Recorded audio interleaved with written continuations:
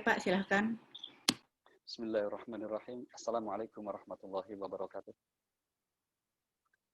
Alhamdulillah, salatu wassalamu ala rasulillah wa ala alihi wa sahbihi wa wala la hawla la quwata illa billah. Allahumma faqihna fid din wa 'allimna ta'wil amma ba'd. Bapak Ibu sekalian, rahimakumullah, kita akan melanjutkan kaji kita dan sekarang kita masuk di ayat yang kelima dari suratul Fatihah dan kita beri tema kali ini adalah ibadah hendaknya tertuju hanya kepada Allah Subhanahu wa taala. Nah, yaitu berangkat dari ayat yang kelima suratul Fatihah, iyyaka na'budu wa iyyaka nasta'in. Yang secara sederhana kita terjemahkan, hanya kepadamu kami menyembah dan hanya kepadamu kami mohon pertolongan. Apa makna dari ungkapan ini? Sepertinya kita nanti akan bagi dua sesi ini ya. Jadi yang pertama ungkapan hanya kepadamu kami menyembah dan hanya kepadamu kami mohon pertolongan. Agar lebih berkahnya kaji kita mulai dengan membaca basmalah. Bismillahirrahmanirrahim. Baik. Ungkapan yang pertama hanya kepadamu kami menyembah oleh para ahli tafsir diberikan beberapa catatan penjelasan. Yang pertama tentang penggunaan kata kami dalam ayat ini. Kenapa Allah menggunakan kata kami? Tidak menggunakan kata misalnya aku.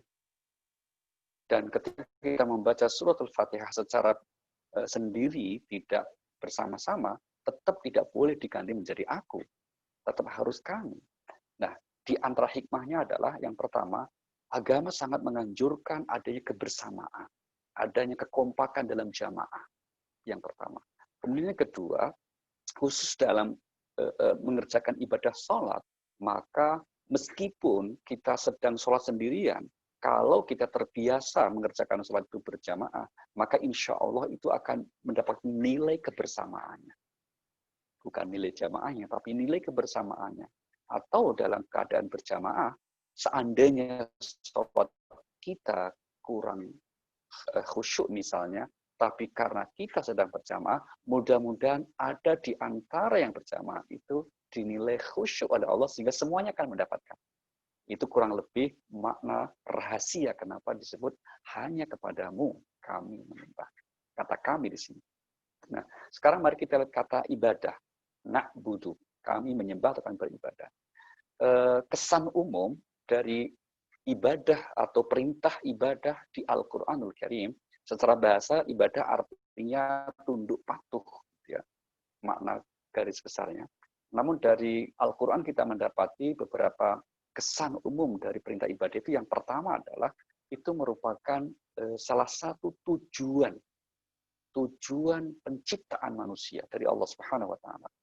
Mari kita lihat surah nomor 51 pada ayat yang ke-56 57. A'udzubillahi minasyaitonir rajim. Wa ma khalaqtul jinna wal insa illa liya'budun ma uridu minhum mir rizqin wa ma uridu ayyut'imun. A'udzubillahi minasyaitonirrajim. Bismillahirrahmanirrahim. Aku tidak menciptakan jin dan manusia, melainkan agar mereka beribadah kepadaku. Aku tidak menghendaki rezeki sedikit pun dari mereka, dan aku tidak menghendaki agar mereka memberi makan kepadaku. Iya. Sebelum kita teruskan, perlu kita ingin garis bawahi bahwa yang dimaksud ibadah dalam agama kita bukan hanya yang bersifat ritual, mahdhoh. Ya, ibadah ritual tidak. Tapi ibadah ada dua macam, yang mahdhoh, yang tata cara, kaifiyahnya, syarat rukunnya, waktu pelaksanaannya telah ditentukan dalam agama, seperti ibadah sholat, ibadah puasa, umroh, haji, itu masuk kategori ibadah mahdhoh. Yang kedua ada ibadah ghairu mahdhoh, yang tata cara aturannya tidak secara spesifik diatur dalam agama, tetapi aktivitas tersebut bernilai ibadah. Itu. Nah, ayat ini ingin menggarisbawahi bukan hanya ibadah mahdhoh, tapi keseluruhan aktivitas manusia itu hendaknya dapat bernilai ibadah. Itulah tujuan penciptaan manusia. Sehingga munasabah atau korelasi dengan ayat selanjutnya dari 57, Allah menyatakan aku tidak meminta ya rezeki dan juga makan. Tidak membutuhkan ma uridu minhum rizqin wa ma uridu ayyut'imun. Aku tidak butuh rezeki dan tidak butuh makan. Apa hubungannya dengan perintah ibadah? Jadi seakan Allah ingin menggarisbawahi, kalau ada orang menjalani hidup di dunia ini, fokus hidupnya hanya yang dipikirkan dan masukkan dalam hatinya, kok hanya keinginan mencari rezeki, mencari makan, mengumpulkan itu semuanya, itu dikecam oleh Allah. Aku nggak butuh itu semuanya, kenapa kalian melakukan itu? Kira-kira begitu. Tetapi kalau seseorang itu berlandaskan keimanannya, memahami visi hidupnya sebagai ibadah, maka mencari rezeki pun dapat bernilai ibadah. Nah, itulah bedanya antara orang yang berilmu atau memahami, mengerti dengan yang tidak mengerti. Yang mengerti, bahkan aktivitas yang kelihatannya mubah, itu dapat bernilai ibadah. Contoh misalnya, satu saat kita mungkin sedang menjalani kehidupan sehari-hari kita, kok ada sedikit masalah. Yang itu kemungkinannya kalau kita lanjutkan akan menjadikan pikiran kita kalut, menimbulkan emosi, kemarahan, maka akhirnya kita jauh. Kita santai dulu, sambil bikin kopi, sambil nonton drakor, gitu. Itu berarti jadi ibadah. Ya, kenapa? Menghindari dosa. Meskipun faktanya itu kan hal yang biasa saja, gitu kan. Kita ngopi, kita santai-santai, gitu. Kelihatannya biasa, tapi aktivitas tersebut karena niat kita lakukan itu untuk menghindari perbuatan yang boleh jadi bernilai dosa, maka itu bernilai ibadah. Nah, itulah bedanya orang mengerti dengan tidak mengerti. Dan untungnya orang yang percaya atau beriman dengan yang tidak beriman. Alhamdulillah. Bahkan aktivitas biasa pun akan bernilai ibadah. Baik, itu kesan yang pertama dari perintah ibadah di dalam Al-Quran Karim. Kemudian yang kedua, perintah ibadah itu oleh Al-Quran dikaitkan dengan Allah yang Maha Pencipta. Jadi kenapa kita beribadah? Karena Allah telah menciptakan kita. Kira-kira begitu. Mari kita lihat misalnya di surah nomor 19 ayat yang ke-65 Allah berfirman, A'udzubillahi minasyaitonir rajim, Rabbus samawati wal ardi wa ma bainahuma fa'budhu wastabir li'ibadatihi hal ta'lamu lahu samiyya. A'udzubillahi minasyaitonir rajim. Bismillahirrahmanirrahim. Dialah Tuhan yang menguasai langit dan bumi dan segala yang ada di antara keduanya. Maka sembahlah Dia dan berteguh hatilah dalam beribadah kepadanya. Apakah engkau mengetahui ada sesuatu yang sama dengannya? Iya. Dialah Tuhan yang telah menciptakan atau memelihara segala apa yang di langit dan di bumi. Nah, maka sembahlah Dia. Sehingga perintah ibadah ini dikaitkan dengan Allah Subhanahu wa Ta'ala yang Maha Pencipta. Sehingga sewajarnya kalau kita memang senantiasa berusaha untuk beribadah kepadanya. Karena Allah yang telah menciptakan kita. Penegasan yang sama ini disebut secara lebih spesifik lagi di surah nomor 2 Al-Baqarah ayat yang ke-21. A'udzubillahi minasyaitonir rajim. Ya ayuhan nas budu rabbakumul ladzi khalaqakum wal ladzina min qablikum la'allakum tattaqun. Auzubillahi minasyaitonirrajim. Bismillahirrahmanirrahim. Wahai manusia, sembahlah Tuhanmu yang telah menciptakan kamu dan orang-orang yang sebelum kamu agar kamu bertakwa. Nah, sembah Tuhanmu yang telah menciptakan kamu dan juga orang-orang sebelum kamu.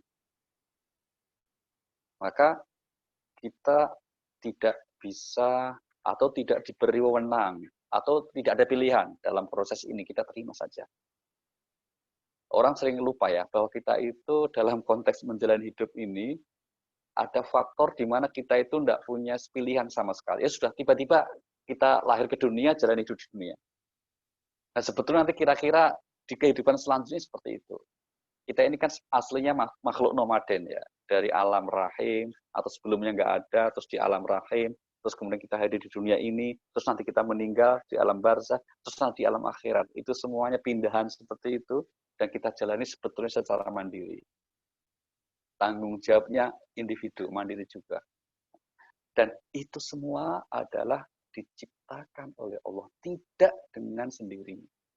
Maka bagi orang yang tidak percaya, ya, tidak percaya akan adanya sang pencipta, begitu, hidup ini ada yang menciptakan, itu orang yang katakanlah ateis begitu. Bagi kita itu tidak masuk akal sama sekali gitu ya. Jangankan manusia, kita misalnya katakanlah ini jam tangan. Jam tangan ini kalau pertanyaannya ini dicipta atau dengan sendirinya jadi. Kan logika akal sehat kita mengatakan pasti dibuat orang, ada yang buat. Gitu. Akal sehat kita akan menyatakan bahwa sesuatu wujud itu pasti ada yang buat, tidak mungkin sendirinya. Nah, maka Allah yang mencipta. Maka di ayat yang lain, bagaimana Allah menjelaskan bahwa dialah sang pencipta itu, bahkan tidak malu untuk membuat sebuah perumpamaan penciptaan untuk hal yang paling sepele sekalipun dianggap manusia. Mari kita lihat surah nomor 2, surah Al-Baqarah, pada ayat yang ke-26.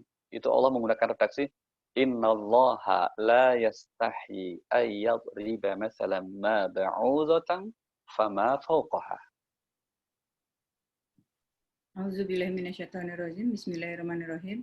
Sesungguhnya Allah tidak segan membuat perumpamaan seekor nyamuk atau yang lebih kecil dari itu. Adapun orang-orang yang beriman, mereka tahu bahwa itu kebenaran dari Tuhan. Tetapi mereka yang kafir berkata, apa maksud Allah dengan perumpamaan ini? Dengan perumpamaan itu, banyak orang yang dibiarkannya sesat. Dan dengan itu, banyak pula orang yang diberinya petunjuk. Tetapi tidak ada yang dia sesatkan dengan perumpamaan itu selain orang-orang fasik. Iya, Allah tidak akan malu, tidak akan segan, malu atau apapun ungkapannya untuk membuat makhluk seperti nyamuk. Ya. Kenapa kok nyamuk, kok bukan virus gitu ya? Karena di zaman ayat ini turun, tentu manusia belum mengenal virus. Karena virus itu baru dikenal setelah berhasil ditemukan alat-alat yang dapat melihat hal-hal materi yang kecil, seperti mikroskop dan seterusnya. Nah, nyamuk saat itu sudah ada, dan itulah binatang paling kecil yang dikenal oleh manusia pada zaman itu. Allah tidak malu membuat yang seperti itu. Bahkan yang lebih kecil dari itu, di atasnya lebih kecil maksudnya. Nah, ini untuk menggambarkan bahwa memang Allah itu pencipta. Allah sang pencipta. Sewajarnya manusia itu tunduk patuh kepada yang menciptakan. Meskipun Allah tidak membutuhkan ibadah itu, tapi konsekuensi kita sebagai makhluk adalah kemudian tunduk patuh kepada yang telah menciptakan.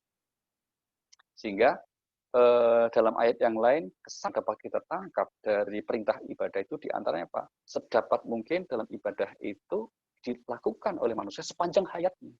Karena di dunia kita sedang diberikan amanah seperti itu.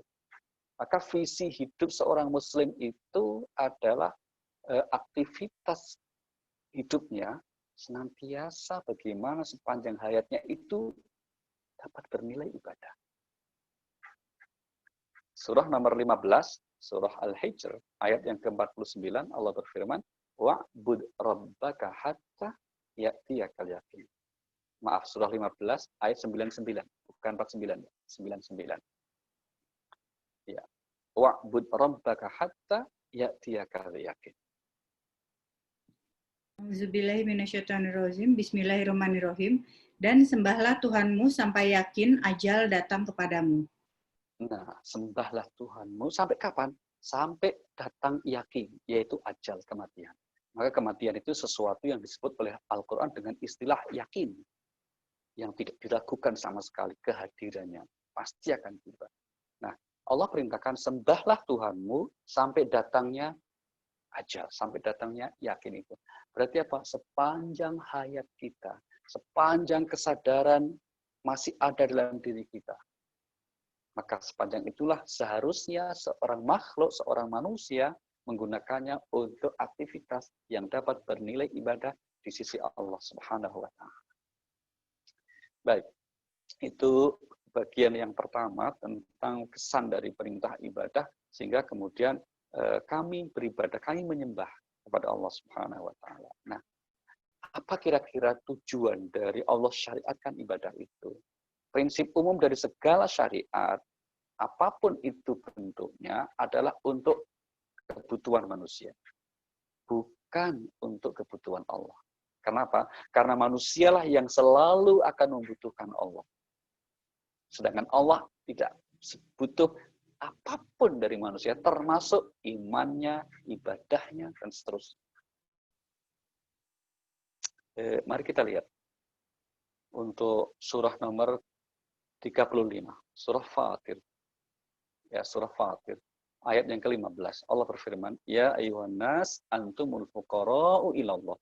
Wallahu wal ghaniyyul hamid." Auzubillahi minasyaitonirrajim. Bismillahirrahmanirrahim. Wahai manusia, kamulah yang memerlukan Allah, dan Allah dialah yang maha kaya, tidak memerlukan sesuatu, maha terpuji. Iya, wahai manusia, kamulah yang membutuhkan Allah. Kamulah yang memerlukan Allah. Sedangkan Allah sama sekali tidak membutuhkan apapun dari manusia.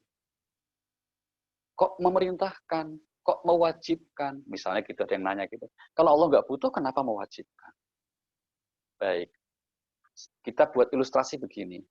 Misalnya kita sebagai orang tua dengan anak-anak kita wajibkan ketika masih kecil mereka untuk makan, untuk belajar yang sungguh-sungguh. Itu kadang berat sekali. Tapi tetap kita wajibkan, ayo kamu harus makan. Pertanyaannya, apakah anak yang makan itu untuk kita? Kan tidak. Ya untuk anak itu sendiri. Kalau kita suruh mereka supaya makan yang sehat, ya, yang teratur, ya untuk mereka. Supaya nanti katanya sehat, supaya kemudian nanti tumbuh kembangnya maksimal. Demikian juga ketika Allah memerintahkan agar manusia itu beribadah, bahkan dengan redaksi kadang diwajibkan misalnya gitu, jangan pernah berpikir bahwa itu untuk keperluan Allah Subhanahu wa taala. Tapi itu sepenuhnya untuk kebutuhan manusia.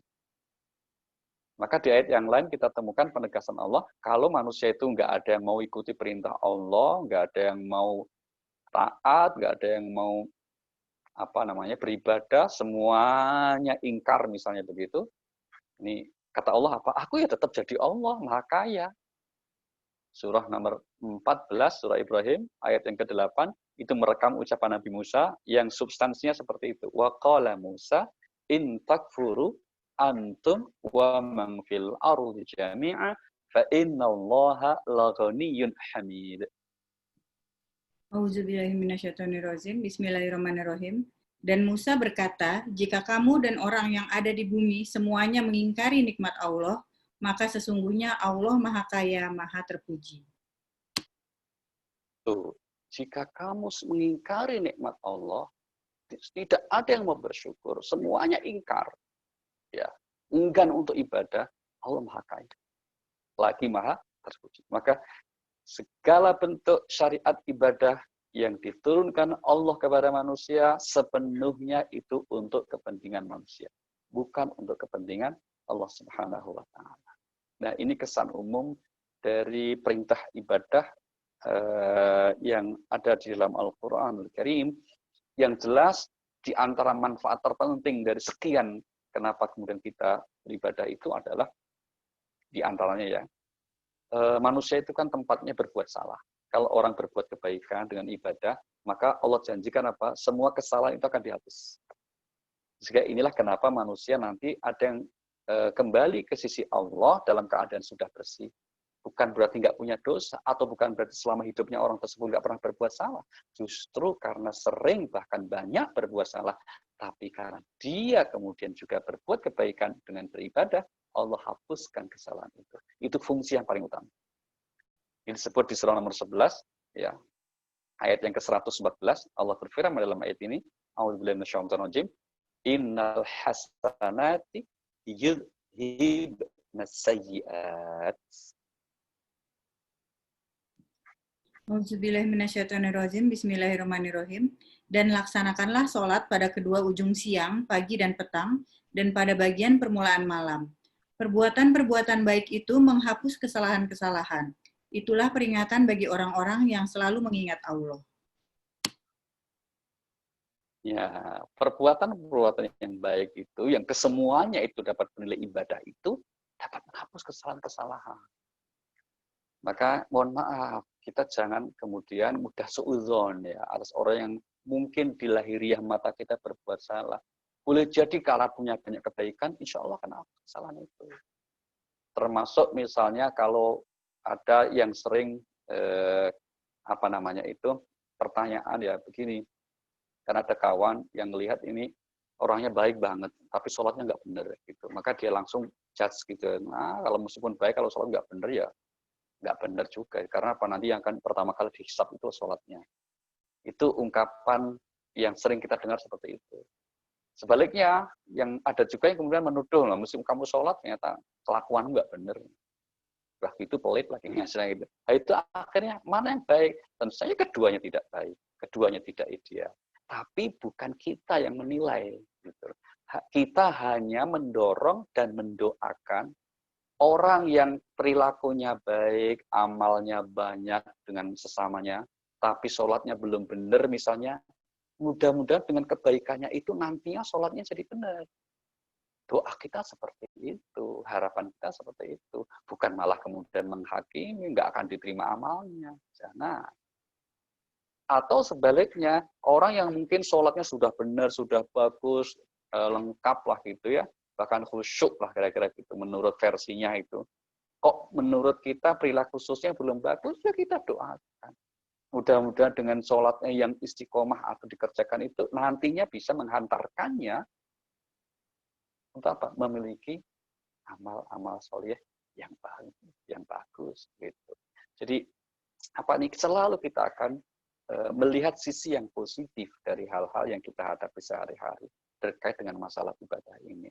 Nah, kita menghindari untuk memberikan justifikasi ataupun judgement terhadap jenis ibadah seseorang, karena itu adalah sepenuhnya wilayah Allah Subhanahu wa taala dan tidak dimandatkan kepada manusia.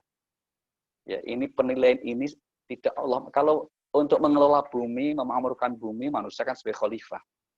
Tugasnya memakmurkan bumi di antaranya.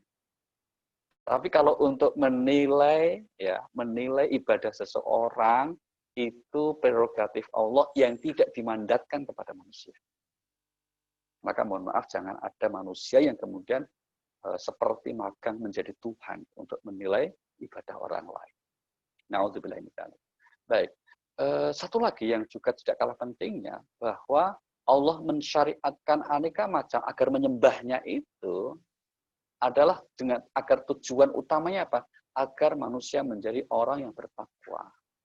Tadi ayat sudah kita baca ya di surah 2 ayat 21 tadi itu, ya ayuhan nasu u'budu rabbakumul ladzi khalaqakum wal ladzina min qablikum la'allakum tattaqun. Wahai manusia, sembahlah Tuhanmu yang telah menciptakan kamu dan orang-orang sebelum kamu agar kamu bertakwa. Takwa itu apa? Takwa ya, bukan takwa. Kalau takwa takut istri tua, bedanya takwa. Apa itu? Himpunan segala kebajikan, baik menyangkut akidah, syariah maupun akhlaknya. Itu namanya takwa. Gambaran ini kita lihat di surah nomor 14 ayat 24-25. A'udzubillahi minasyaitonir rajim. Alam taro kaifa daraballahu mathalan kalimatan thayyibah ka syajaratin thayyibah asluha sabit wa far'uha fis sama. Tu'ti ukulaha kulla hinin bi'izni rabbiha wa yadribullahu al-amsala lin-nas la'allahum yatadzakkarun. Auzubillahiminasyaitonirrajim. Bismillahirrahmanirrahim. Tidakkah kamu memperhatikan bagaimana Allah telah membuat perumpamaan kalimat yang baik seperti pohon yang baik, akarnya kuat dan cabangnya menjulang ke langit. Ya. Pohon itu menghasilkan buahnya pada setiap waktu dengan seizin Tuhannya, dan Allah membuat perumpamaan itu untuk manusia agar mereka selalu ingat. Baik. Ini poin pertama, ya, tepatnya mungkin kedua ya, dari ayat iya karena butuh hanya kepadamu kami mohon. Nah, sekarang mari kita fokus pada pola ataupun pada frase di mana Allah mengajarkan kita untuk tertuju kepadanya, hanya kepadamu ya Allah. Kami beribadah, kami menyembah. Kenapa Allah kemudian menyuruh kita dalam ibadah itu hanya tertuju kepada Allah Subhanahu wa taala? Ini redaksinya ungkapan ini memang bermakna takhsis, ya, bermakna pengkhususan. Allah tidak memerintahkan kita untuk membaca, misalnya, kami menyembah kepadamu. Bukan begitu. Kalau redaksinya misalnya berbunyi na'buduka wa nasta'inuka, begitu ya, kami menyembah kepadamu, kami mohon pertolongan kepadamu, boleh jadi ada orang atau yang dibolehkan juga nanti menyembah orang lain atau pihak lain. Tapi ketika iyaka na'budu, itu maknanya hendaklah ibadah itu niat utamanya tertuju hanya kepada Allah Subhanahu wa taala. Itulah yang disebut dengan ikhlas. Maka dalam konteks ibadah seperti ini semuanya lillahi rabbil alamin. Dalam bentuk ibadah kita hendaknya hanya tertuju kepada Allah. Qul inna salati wa nusuki wa mahyaya wa mamati lillahi rabbil alamin.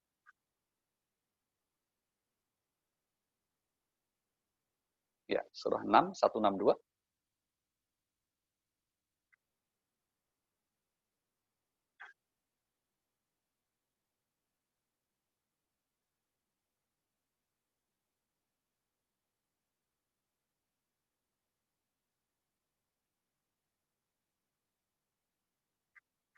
Auzubillahi minasyaitonirrajim. Bismillahirrahmanirrahim. Katakanlah Muhammad, sesungguhnya sholatku, ibadahku, hidupku, dan matiku hanyalah untuk Allah, Tuhan seluruh alam. Iya, katakanlah, sesungguhnya sholatku, ibadahku, hidup dan matiku hanya untuk Allah Subhanahu wa taala. Sekali lagi itulah yang kemudian kenapa Rasulullah Shallallahu alaihi wasallam atau juga para ulama khususnya menyimpulkan bahwa ayat kelima suratul Fatihah ini menjadi inti dari suratul Fatihah. Ya, inti dari suratul Fatihah. Jadi kalau kita lihat Al-Quran itu seperti spiral, ya, lingkaran-lingkaran spiral, tawaf gitu ya. Nah, setiap suratnya begitu. Nah, surat Al-Fatihah itu ada 7 ayat, maka kemudian titik tengahnya itu atau sentralnya itu pada ayat ini. Iyyaka na'budu wa iyyaka nasta'in. Hanya kepadamu kami menyembah, hanya kepadamu kami mohon pertolongan. Demikian juga nanti surah lain, Al-Baqarah misalnya. Kalau kita teliti, maka sentralnya itu pada apa? Pada ayat kursi, 255 itu. Demikian juga surah lain. Terus keseluruhan sampai Al-Quran, sampai satu kesatuan. Tidak terpisahkan. Maka dia mengatakan Al-Quran itu seperti kalung mutiara, ujung pangkalnya nggak ketahuan. Karena apa? Semuanya berkaitan. Tidak ada yang disebut tidak penting. Semuanya berkaitan, semuanya penting. Dari Al-Fatihah sampai An-Nas itu. Nah, redaksi hanya kepadamu ya Allah, sekali lagi ini mengajarkan kita dalam ibadah haruslah ikhlas, hanya semata-mata mengharap ridha Allah Subhanahu wa taala. Maka harus dihindari hal-hal yang dapat mengurangi atau dapat menjadikan hati seseorang untuk tidak ikhlas ketika melaksanakan ibadah. Bahkan salah satu penegasan Allah, syarat agar kita nanti diterima dengan penuh keridhaan di sisinya, ibadah-ibadah kita itu adalah apa? Wala yusyrik bi'ibadati rabbih ahad. Surah nomor 18, surah Al-Kahfi, ayat yang ke-110, Allah berfirman seperti itu. Qul innama ana basyarum mithlukum yuha ilayya annama ilahukum ilahu wahid. فَمَنْ كَانَ يَرْجُو لِقَاءَ رَبِّهِ فَلْيَعْمَلْ عَمَلًا صَالِحًا وَلَا يُشْرِكْ بِعِبَادَةِ رَبِّهِ أَحَدًا. Auzubillahi minasyaitonirrajim. Bismillahirrahmanirrahim. Katakanlah Muhammad, sesungguhnya aku ini hanya seorang manusia seperti kamu yang telah menerima wahyu, bahwa sesungguhnya Tuhan kamu adalah Tuhan yang Maha Esa. Maka siapa yang mengharap pertemuan dengan Tuhannya, maka hendaklah dia mengerjakan kebajikan, dan janganlah dia mempersekutukan dengan sesuatu pun dalam beribadah kepada Tuhannya. Iya. Barang siapa yang berharap bertemu dengan Tuhannya dalam keadaan diridhoi, maksudnya begitu. Karena semuanya akan kembali, tapi nanti di sana itu ada yang bertemu dengan Tuhan, itulah puncak kebahagiaannya. Jadi puncak kebahagiaan dalam versi Al-Quran itu bukan di surga ya, Tapi ketika manusia diberikan kesempatan untuk bertemu dengan Sang Pencipta, bertemu dengan Tuhannya, maka itulah cita-cita setiap Muslim sepertinya begitu. Maka nanti berlapis-lapis. Nah, tentu saja kita yakin para rasul misalnya, para rasul itu pasti posisinya sangat dekat dengan Tuhan. Ya, dekat sekali dengan Allah ya. Nanti para rasul kemudian disusul oleh orang-orang pilihan lainnya. Maka ada cerita lucu ya. Ada seorang sahabat namanya Thauban, itu kan dia itu sangat cinta kepada Rasulullah, mencintai Rasulullah yang luar biasa gitu. Kemudian ketika kalau berpisah dengan Nabi itu nggak kuat ya, ingin selalu bersamanya gitu. Nah, satu saat Nabi ada kok dia sedih, dia tanya kenapa kamu kok sedih? Padahal aku kan ada di sini gitu. Apa jawaban dia? Ya Rasulullah, saya bayangkan nanti di akhirat. Anda kan utusan Allah Rasul, saya orang biasa gitu. Nanti gimana dong? Anda pasti dekat sama Tuhan, sedangkan kami posisinya tidak begitu. Bagaimana gitu? Maka terus kemudian Allah turunkan Rasulullah membaca surah nomor 4, surah An-Nisa ayat 69. Ini sekaligus kabar gembira ya buat kita semuanya. Ulaika alladzina an'ama Allahu 'alaihim minan nabiyyin was-siddiqin wasyuhada'i was-shalihin wa hasuna ulaika rafiqa. Auzubillahiminasyaitonirrajim. Bismillahirrahmanirrahim. Dan siapa yang menaati Allah dan Rasul Muhammad, maka mereka itu akan bersama diberikan nikmat oleh Allah, yaitu para nabi, para pecinta kebenaran, orang-orang yang mati syahid, dan orang-orang saleh. Mereka itulah sebaik-baik teman. Nah, beruntung ya meskipun kita bukan nabi, meskipun sekali lagi kita adalah bukan golongan, boleh jadi bukan orang-orang yang disebut syuhada, siddiqin, tapi semoga kita termasuk orang-orang soleh. Ya kan? Kalau itu Allah memberikan posisi itu kepada kita semuanya, maka insya Allah kita pun akan bersama di situ dengan para nabi itu. Nah, di antara syarat penting pada apa? Di akhir surah yang tadi kita baca 18:110 tadi, wala yusyrik bi'ibadati rabbih ahad. Jangan menyekutukan Allah dalam beribadah kepadanya. Apa ada orang banyak?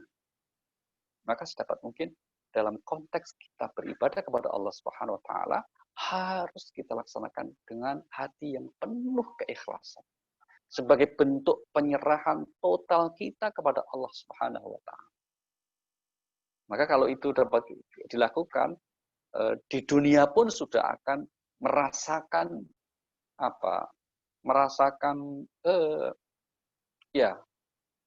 bentuk kebaikannya.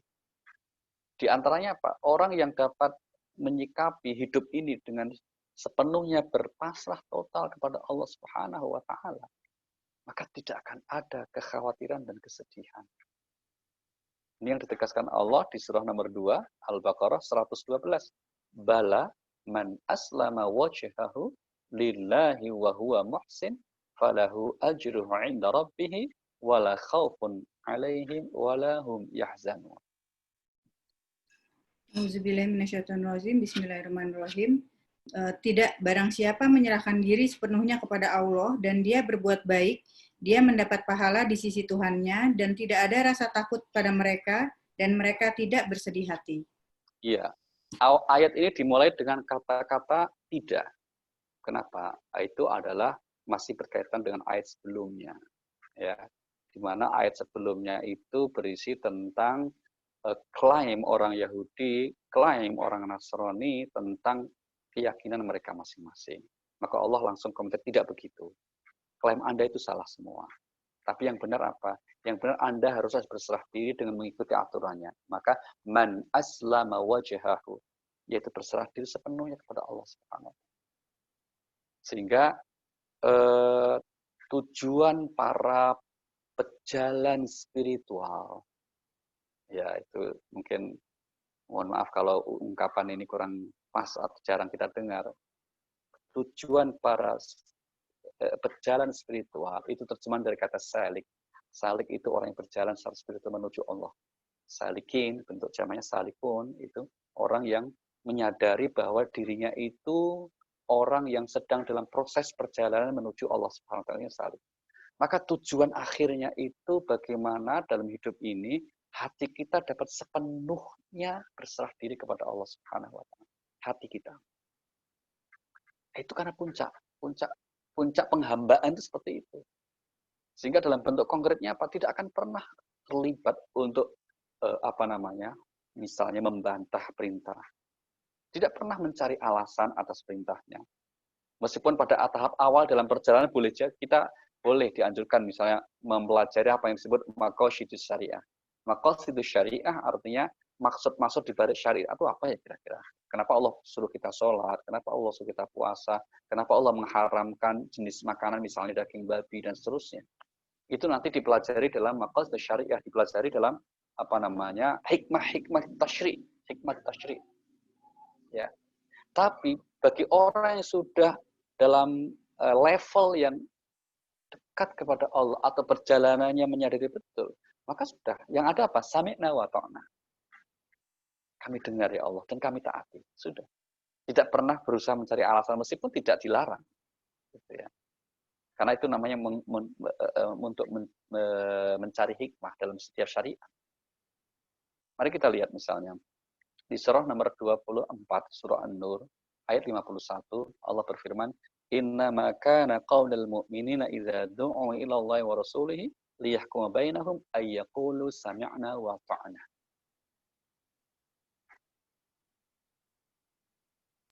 Auzubillahi minasyaitonirrajim. Bismillahirrahmanirrahim. Hanya ucapan orang-orang mukmin yang apabila mereka diajak kepada Allah dan Rasul-Nya agar Rasul memutuskan perkara di antara mereka, mereka berkata, kami mendengar dan kami taat. Dan mereka itulah orang-orang yang beruntung. Ya, maka orang yang rela untuk menjalani ketentuan seperti itu, sekali lagi dalam melaksanakan ibadah perintah, sudah dijalani dengan setulus-tulusnya, seikhlas-ikhlasnya. Saya ambil contoh gini, kalau kita punya anak buah ya, kita perintahkan gitu, terus anak buah yang satu itu langsung berangkat, udah paham betul, sebenarnya perintah bos pasti baik, pasti dia jalan gitu. Udah, satu anak buah lagi ketika perintah itu mesti ngeyel, nanya dulu itu, bos ini apa maksudnya bos, kenapa kok saya duduk di sini, apa yang saya dapat nanti kalau saya jalan, misalnya begitu. Nah, itu kan meskipun nanti juga dijalani juga gitu. Tapi dari aspek psikologisnya kita sebagai atasannya kan merasa ini kok orang begini sih. Kan gitu. Nah, itu tuh nanti kalau dalam konteks sejarah peradaban manusia, kelompok kedua yang suka protesan nanyain itu adalah Israel. Bangsa Israel tuh isinya begitu, ngeyelan begitu. Tapi ya meskipun ngeyelan tetap saja dia makhluk Tuhan juga kan. Kira-kira gitu. Maka kemudian jangan lupa juga, maka ini pilihan-pilihan. Nah, bagi kita sedapat mungkin, maka ketika kita menyembah Allah Subhanahu wa taala itu dengan segala ketulusan kita, bahwa hanya kepadamu ya Allah kami menyembah, tidak kepada selain, tidak kepada yang lain. Nah, maka termasuk ini juga dapat bermakna bahwa jangan sampai ada tersisa dalam hati seorang mukmin itu untuk memberikan ketundukan, kepasrahan kepada selain Allah Subhanahu wa taala. Mungkin ada yang nanya, apa enggak boleh kita misalnya taat, katakanlah kepada selain Allah? Ya boleh sepanjang bahkan perintah Allah kita suruh taat kepada Rasul, taat kepada pemimpin, taat kepada orang tua, kalau istri kepada suami, itu semua juga bagian dari perintah Allah. Dengan catatan kalau ketaatan itu tidak mengandung kemaksiatan kepada Allah. Maka hadis Nabi Shallallahu Alaihi Wasallam beliau bersabda, la ta'ata li makhluqin li maksiatil khaliq. Tidak ada kewajiban untuk taat kepada makhluk siapapun mereka kalau untuk bermaksiat kepada Allah Subhanahu wa taala. Itulah makna hanya kepadamu ya Allah kami menyembah. Jangan sampai kemudian ada perbuatan syirik dalam penyembahan kita kepada Allah Subhanahu wa taala. Itu apa? Riya. Ya, punya syirik itu artinya riak dalam kita taat menyembah kepada Allah Subhanahu wa taala. Nah, kalau sampai riak yang seperti itu, maka kemudian jenis dosa yang Allah tidak berkenan untuk memberikan ampun. Surah nomor 4 An-Nisa ayat 48 misalnya berfirman, "Innallaha la yaghfiru ayyushraka bihi wa yaghfiru ma duna dzalika liman yasha. Am yusyrik billah faqad iftara itsman 'adziman."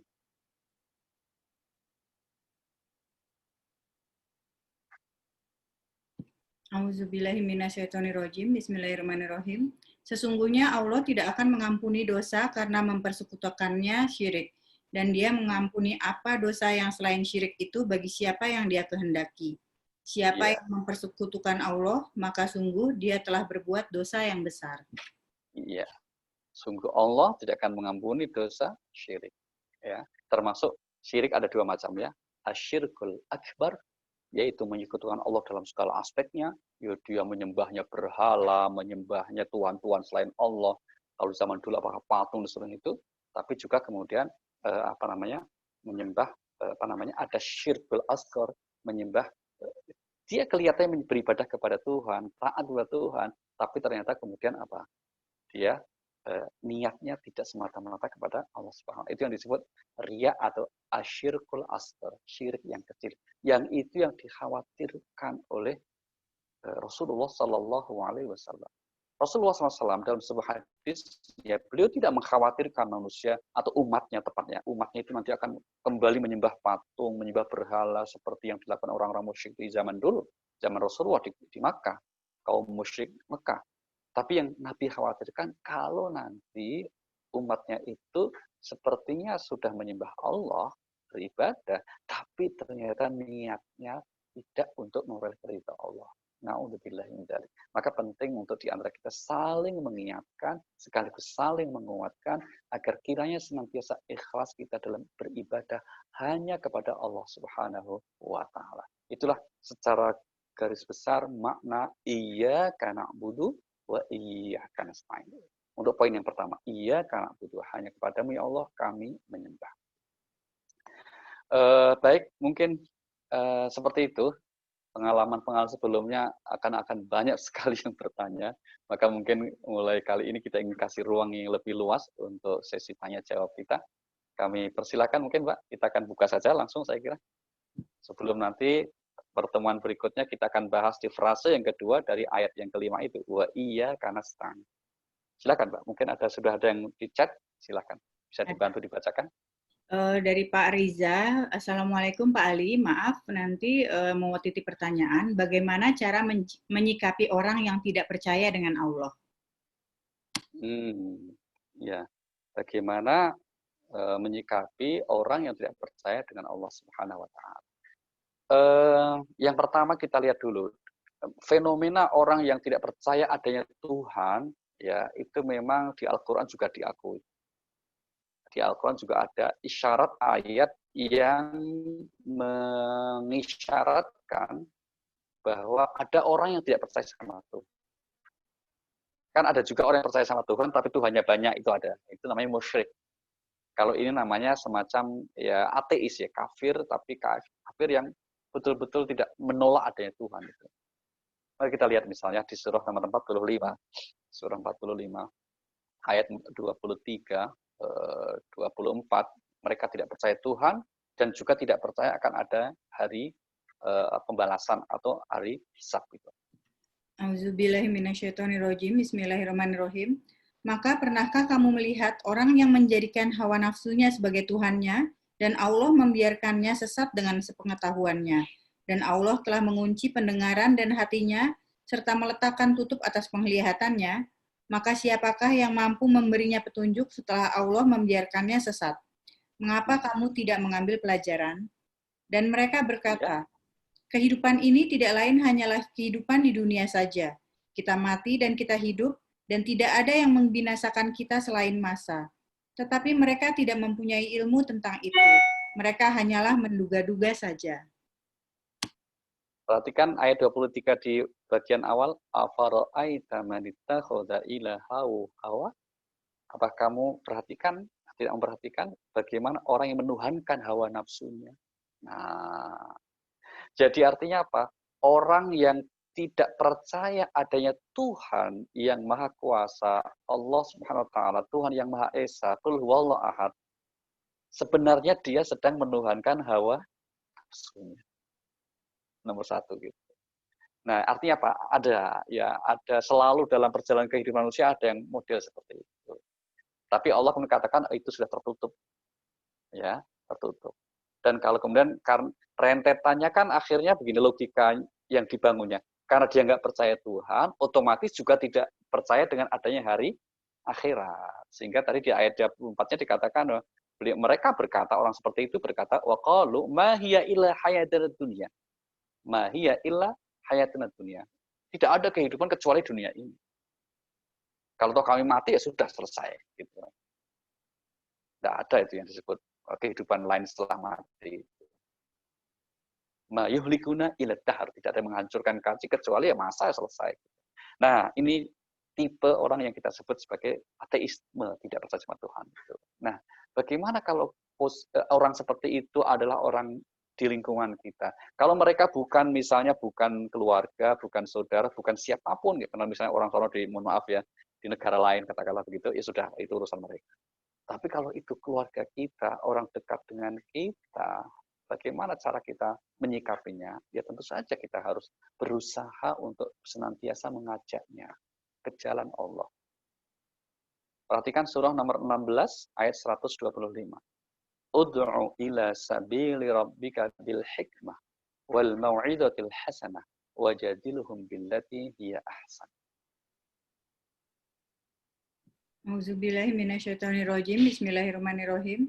Serulah manusia kepada jalan Tuhanmu dengan hikmah dan pengajaran yang baik, dan berdebatlah dengan mereka dengan cara yang baik. Sesungguhnya Tuhanmu, dialah yang lebih mengetahui siapa yang sesat dari jalannya, dan dialah yang lebih mengetahui siapa yang mendapat petunjuk. Ada 3 sikap kita, 3 metode, 3 cara yang direkomendasikan oleh Allah dalam ayat ini. Yang pertama apa? Sikap kita harus bijaksana. Nah, itu satu. Bil hikmah. Ajak mereka ke jalan Tuhan dengan sikap yang bijaksana. Sikap bijaksana itu apa? Pertama tentu jangan menghakimi mereka, jangan membenci. Biasakan kita jangan membenci orangnya, tapi bencilah perbuatannya. Karena boleh jadi sekarang ateis, tapi mungkin minggu depan, mungkin bulan depan bisa berubah, mendapat hidayah dari Allah. Yang sekarang kelihatan soleh pun boleh, bulan depan selanjutnya boleh jadi. Kita belajar dari sejarah begitu banyak ya. Orang yang tadinya bahkan mau membunuh Rasulullah seperti Umar bin Khattab. Orang yang tadinya memerangi umat Islam, bahkan umat Islam sampai kalah dalam perang Uhud seperti Khalid bin Walid. Ya kan? Tapi kemudian keduanya masuk Islam, menjadi muslim yang baik, bahkan pembela Islam. Sebaliknya, ada tokoh-tokoh yang tadinya kelihatan baik seperti, mohon maaf, ambil contoh misalnya dalam sejarah zaman Sayyidina Ali bin Abi Thalib. Siapa itu? Abdurrahman ibnu Muljim. Ini orang hafal Quran. Malamnya selalu tahajud, siangnya berpuasa. Bahkan pernah diutus oleh Umar bin Khattab untuk apa? Untuk pergi menjadi guru Quran di Mesir. Zaman Gubernur Amr bin As. Tapi kita tahu apa yang dia lakukan. Dia karena terperosok pada pemahaman yang tekstual dari agama. Dan entah apa yang mempengaruhinya, dia tega membunuh Sayyidina Ali bin Abi Thalib. Ponakan Nabi, kekasih Nabi, menantu Nabi, orang yang sudah dijamin oleh Allah masuk surga, dibunuh oleh tokoh ini. Oke ya, jadi artinya apa? Kita bijaksana. Dengan sikap bijaksana itu terus berharap bahwa orang yang sesesat apapun itu mudah-mudahan dapat petunjuk dari Allah. Maka cara sikap bijaksana seperti itu. Itu yang dicontohkan Rasulullah. Ketika beliau berdakwah di Taif, dan juga semua lain tentu saja. Yang paling nyata di Taif. Di Taif itu kan beliau berdakwah, harapannya apa? Setelah di Mekah 10 tahun, diusir-usir terus, dimusuhi, mudah-mudahan di Taif ada hasil. Ternyata juga enggak. Malah mereka melempari batu. Ya. Itu nanti kalau sudah normal, teman-teman ada kesempatan, ada rezekinya, ke lapangan untuk melaksanakan ibadah umroh, boleh juga itu mampir ke kota Taif namanya. Itu kota tempat Nabi pertama hijrah yang meskipun cuma 10 hari kurang lebih ya. Itu apa namanya? Di situ kemudian masih ada petilasannya itu, peninggalannya itu, di mana Nabi setelah kemudian dikejar-kejar, termasuk anak kecil tuh melempari ya kayak kita lah jika anggap orang yang tidak benar gitu. Beliau terus bersembunyi di balik bukit begitu. Itu malaikat penjaga bukit itu sampai kemudian tidak sabar dalam pengertian apa, tidak terima gitu. Wong utusan Allah, kekasih Allah kok dikuyok-kuyok gitu, dikejar-kejar kayak gitu. Menawarkan bantuan kepada Rasulullah. Datang ya Rasulullah, kalau engkau izinkan, biarkan penduduk Taif ini akan aku timpain ini. Ngebleki mereka semua. Kalau bukan Nabi, model kita, maksud, oh iya terima kasih, yes, habisin aja, gitu kira-kira kan. Tapi kan Rasulullah seorang Rasul, Nabi, ya kan. Kasih sayang kepada umat manusia itu Masya Allah. Gitu ya. Maka apa? Enggak, jangan kamu lakukan itu. Kalau hari ini, saat ini, mereka, orang tua-tua itu, belum mau menerima hidayah Islam, saya berdoa, semoga nanti keturunannya ada yang mau betul. Katanya begitu. Nah kalau kemudian dihabisin langsung, kan nggak ada generasi lagi yang kemudian masuk Islam. Dan itu kemudian ternyata juga terwujud. Itulah Taif itu termasuk nanti banyak orang-orang beriman yang di situ. Sampai salah seorang sahabat Nabi namanya Ibnu Abbas, sahabat besar dari yang bidang tafsir, itu dimakamkan di Taif. Karena saking menghormati penduduk Taif yang akhirnya menyambut Islam. Gitu ya. Jadi itu saat yang pertama, sikap bijaksana. Yang kedua, kalau harus kasih nasihat yang baik, kata ayat tadi. Yang ketiga, kalau kita punya cukup kemampuan untuk adu argumentasi dengan orang yang tadi kita duga ateis tadi, lakukan. Tapi dengan cara yang terbaik. Bukan untuk menghina, merendahkan, tapi mencoba untuk memberikan argumentasi. Karena salah satu keistimewaan atau katakanlah rahasia dalam dakwah Al-Quran itu banyak sekali, itu berisi debat-debat itu. Misalnya debat Nabi Ibrahim dengan Raja Namrud, ya itu di surah 2, 258 itu. Juga ada Ibrahim juga dengan kaumnya. Demikian juga Nabi Musa dengan Fir'aun. Itu berisi perdebatan adu argumentasi yang luar biasa. Nah, kalau kita punya cukup kemampuan, juga ilmu untuk itu, boleh dilaksanakan. Dengan harapan mudah-mudahan mereka mendapat hidayah. Dan tentu mendoakan juga baik. Di antara mendoakan, kita baca suratul Fatihah untuk saudara kita. Semoga diberikan petunjuk oleh Allah Subhanahu wa Ta'ala. Terima kasih, Pak Nizal. Lanjut, Pak. Berikutnya dari Ibu Latifah Rahman. Assalamualaikum Pak Ustadz. Bukankah Nabi Ibrahim juga terus mempertanyakan kekuasaan Allah? Tujuan kita itu kan bertanya atau mencari hikmah di balik perintah sebenarnya untuk memantapkan keimanan. Bagaimana itu, Pak? Iya, pertama tentu saja maka tadi hikmatut tasyri' itu tidak tidak dilarang ya, boleh terus menanyakan itu, terus menanyakan tidak ada masalah itu. Tapi ingat ya dalam kasus Nabi Ibrahim alaihissalam, mari kita lihat ayatnya dulu bagaimana Ibrahim itu pernah minta seperti itu. Surah nomor 2, 260.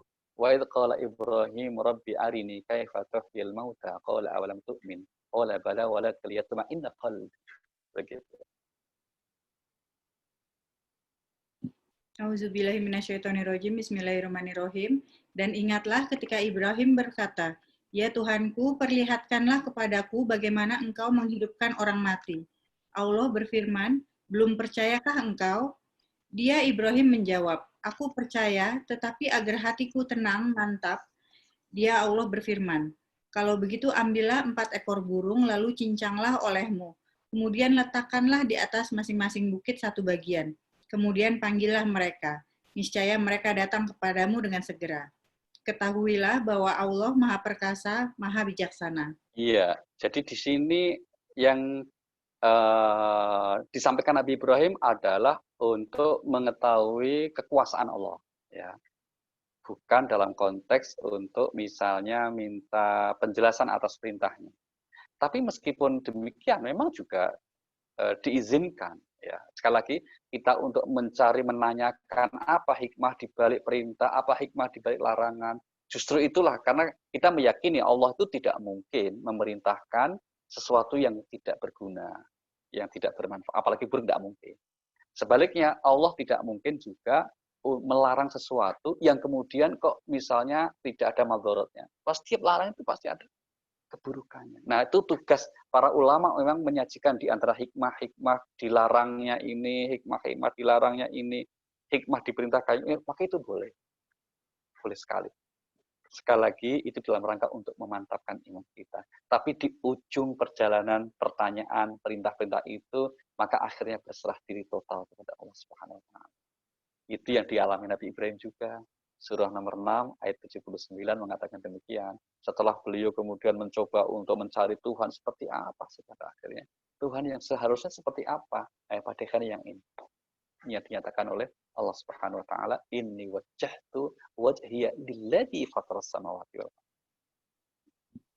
Auzubillahiminasyaitonirrajim. Bismillahirrahmanirrahim.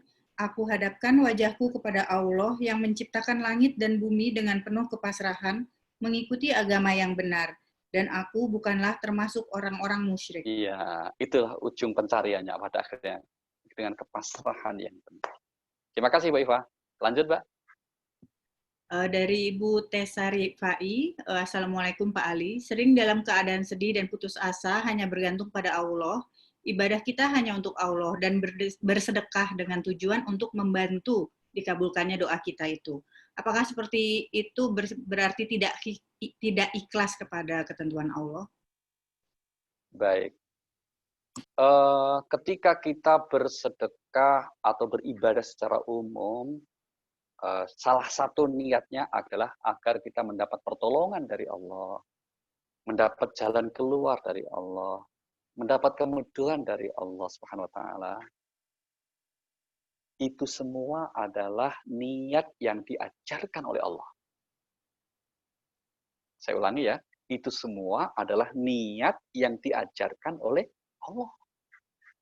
Jadi puncaknya, kotak besarnya itu judulnya ridho Allah, kotak besarnya. Tapi dalam kotak besar itu ada kotak-kotak kecil, misalnya apa? Supaya dimudahkan urusan kita, supaya diberi solusi atas masalah kesulitan kita. Itu hal-hal yang kemudian memang dalam koridor kotak besar namanya ridho Allah. Mari kita lihat contohnya. Di surah nomor 92. Ya, 92 ayat 5 sampai 7. Allah berfirman di ayat ini, fa amma man a'ta wattaqa wa saddaqa bil husna fasanuyassiruhu lil yusra. Auzubillahiminasyaitonirrajim. Bismillahirrahmanirrahim. Maka barang siapa memberikan hartanya di jalan Allah dan bertakwa dan membenarkan adanya pahala yang terbaik yaitu surga, maka akan kami mudahkan baginya jalan menuju kemudahan, kebahagiaan. Iya, barang siapa yang memberikan beramal dengan niat yaitu membenarkan balasan dari Allah, balasan dari Allah dalam kurung surga itu yang tertinggi, itu di akhirat. Tapi membenarkan adanya balasan dari Allah atas apa yang kita lakukan itu, maka kemudian Allah akan memberikan apa bentuk balasannya apa? Yaitu jalan kemudahan menuju kepada kebahagiaan. Jadi jalan mudah untuk mencapai tujuan hidup kita kan supaya bahagia. Nah itu mudah kita capai kalau kita dengan bersosial, membantu sesama, dengan niat membenarkan balasan dari Allah Subhanahu wa taala. Kata kunci itu, Bu. Dengan niat membenarkan balasan dari Allah Subhanahu wa taala. Balasan itu apa? Ya tadi diantaranya akan dilipat ganda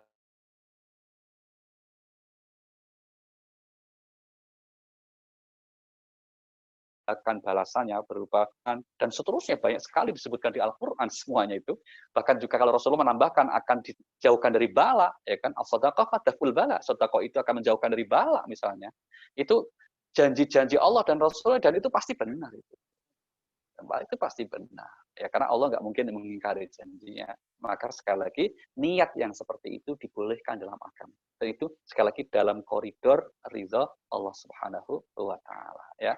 Samalah kalau kita misalnya sebagai anak ya, terus kemudian kita berharap semoga semoga kalau anak ini, semoga orang tua kita ridha dengan kita sebagai anak. Maka kemudian kita melakukan sesuatu misalnya perintahnya dengan niat apa? Bentuk ridhonya itu nanti mudah-mudahan mamaku tersenyum dengan saya selalu, ngomongnya enak dengan saya, terus memberi apa ya, nasihatnya enak. Nah itu kan bagian dari ekspresi keridhoannya kan begitu. Nah kira-kira Allah juga gitu. Ekspresi keridhoan dari Allah Subhanahu wa taala berupa apa? Memberi solusi atas masalah kita, menjadikan kita orang-orang yang beruntung, menjadikan kita orang yang hidupnya selalu terlihat bahagia atau bukan terlihat memang bahagia dan seterusnya. Jadi boleh saja dan itu memang sesuatu yang dibenarkan dalam agama kalau kita beramal dengan niat-niat khusus seperti itu. Monggo lanjut. Ya, Pak Ali, ini ada yang titip pertanyaan mungkin agak keluar dari topik ya Pak. Jadi Ya. Ini kan ceritanya katanya bagaimana dengan orang yang menghindari riba tetapi meminjam kepada orang lain dan mungkin telat ini mengembalikannya, ini gimana ya Pak jadinya? Kan menghindari riba tapi malah merugikan orang lain tuh. Gimana nih hukumnya nih Pak? Iya. Iya, memang pertama sekali lagi mungkin di majelis ini saya sampaikan lagi ya, bahwa persoalan riba, saya dudukkan masalahnya dulu. Ya, riba itu jelas keharamannya. Ayatnya jelas itu. Nggak ada tawaran itu, jelas keharamannya. Yang berbeda pendapat itu tentang yang riba yang mana sih yang haram itu. Nah, itu yang beda pendapat. Khilafiyah sampai hari ini masih gitu. Ada kelompok pertama mengatakan riba itu yang praktek zaman Rasulullah itu yang mengandung kedoliman itu, meres orang itu loh. Kalau sekarang lintah darat lah itu jelas riba itu. Nggak usah pakai apa. Lintah darat itu yang mendolimi orang, misalnya gitu ya, itu jelas apa namanya itu ribanya itu. Nah, tapi kemudian misalnya apakah bunga bank itu riba? Tanya kita ke fatwa MUI, iya riba termasuk. Maka kemudian kamu harus ke syariah. Ya monggo silakan, itu pilihan. Ya, itu adalah pilihannya. Maka bank konvensional itu adalah riba, itu fatwa MUI kita. Tapi ulama yang non MUI yang juga kemudian meskipun mungkin formalnya itu riba, tapi karena kita nggak bisa sejauh ini menghindarkan dari sistem itu, gimana kita akan hidup gitu. Maka terus bagaimana? Ya itu darurat. Maka baru kita bisa kita jalani dengan catatan memang niat kita ya lulus-lulus saja. Itu ya. Jadi kedua. Ya, kedua begitu posisinya itu. Jadi riba jelas haram, tidak ada tawaran. Halalul bai'a wa harrama riba. Redaksinya itu jelas. Allah menghalalkan jual beli, mengharamkan riba. Yang persoalan itu adalah riba yang diharamkan. Al-Quran itu yang seperti apa sih? Nah, itu masalahnya. Nah, maka jadi segini sekarang. Maka kalau yang berbau, katakanlah disebutnya dengan bunga bank, atau sistem yang itu membungakan, itu kemudian umumnya ulama termasuk MUI kita misalnya mengatakan riba. Maka dikasih alternatif supaya sistem syariah. Nah, yang ingin misalnya mengikuti fatwa ini, monggo, silakan. Mudah-mudahan diterima oleh Allah, dijaga oleh Allah Subhanahu wa taala. Tapi yang masih bersentuhan, masih berada dalam sistem itu, dia juga seorang muslim yang baik, dia juga seorang hamba Allah yang ibadah yang rajin, tapi memang belum bisa keluar dari sistem itu dan tidak ada alternatif lain kecuali sistem itu. Ya tidak wajar kalau kita menganggapnya sebagai orang yang makan riba dalam arti yang diharamkan itu. Nah, maka terus bagaimana itu? Nggak mau bunga bank karena riba, ternyata minjam orang, malah mendolimi orang, ya monggo jawab sendiri gimana itu. Misalnya begini contoh ya, sebetulnya kalau kita kalau pakai logika sederhana saja gini, nyun sewu ya, misalnya kita pinjam orang, nggak mau, kita katakanlah kita pinjam, katakanlah pinjamnya berapa nilainya, berapa mbak contohnya, misalnya, sebut deh 50 contoh juta. berapa, cukup, ya 50 juta misalnya, kita pinjam uang 50 juta, sama teman kita nih, 50 juta di zaman itu yang kita pinjam itu 5 tahun yang lalu itu kira-kira emasnya berapa gram itu ya? Berapa gram emas itu? Harga emas saat itu kan nggak salah masih 600 700 lah. Ya, Ya 600. kan? Nah, 600.000 per gram. Berarti kalau 50 juta itu kurang lebih berarti berapa gram itu Mbak? Berarti nilainya itu. Banyak, Pak. Oh, banyak pokoknya ya. Kira gitu. Berarti kurang lebih ya banyak lah kira-kira. Ambil contoh saja mungkin kalau 50 juta harga per gram 600.000 itu berarti dapatnya kurang 100, lebih hampir 100. berapa Mbak? Hampir 100 100. gram ya? Hampir 100 gram. 600.000 berarti 100 gram. Nah, sekarang harga emas itu adalah hampir 1 juta lebih hari ini. Gitu. Terus kita bayarnya 50 juta persis 5 tahun yang lalu. Nah, sekarang 50 juta kalau dipakai beli emas, ya nggak dapat 100 gram. Itu kira-kira dolim nggak? Dolim jadinya gitu. Ya kan? Jadinya dolim terhadap orang yang kita pinjami. Dulu kalau 50 juta bisa dapat emasnya itu sebanyak 500 gram. Ternyata kalau untuk sekarang dapatnya nggak cuma 70 gram. Kan bagi yang dizolimi kan artinya kalau kemudian kita tidak, nah lebih adil lagi apa? Ya bayar senilai emas itu lebih adil. Berarti apa? Ya kurang lebih kalau kita harga 1 juta, kurang lebih berarti ya 100 juta, padahal dulunya 50 juta. Nah itu bukan bunga, itu emang kita emasnya. Nah, kalau niat kita ke sana, maka insya Allah tidak ada kedoliman. Nah, problem riba itu problem kalau saling mendolimi sebetulnya. Gitu ya. Maka artinya gini, bagi yang masih bersentuhan dengan sistem perbankan yang ada bunga, kita hanya ingin garis bawahi, ya mohon luruskan niatnya, mohon dengan cara yang baik, tidak ada niat untuk ngemplang, tidak ada niat untuk mendolimi, gunakan untuk kerja yang baik, tanamkan untuk yang baik. Kira-kira gitu. Kalau memang belum bisa menghindari itu, karena umumnya kita juga nggak bisa menghindari kok. Dulu kan yang memfatwakan haram itu kan ketua MUI-nya, ketua Komisi Fatwa Dewan Syariah Nasionalnya itu namanya Yai Haji Ma'ruf Amin. Itu yang mengeluarkan fatwa bunga bank itu haram. Sekarang beliau jadi wakil presiden.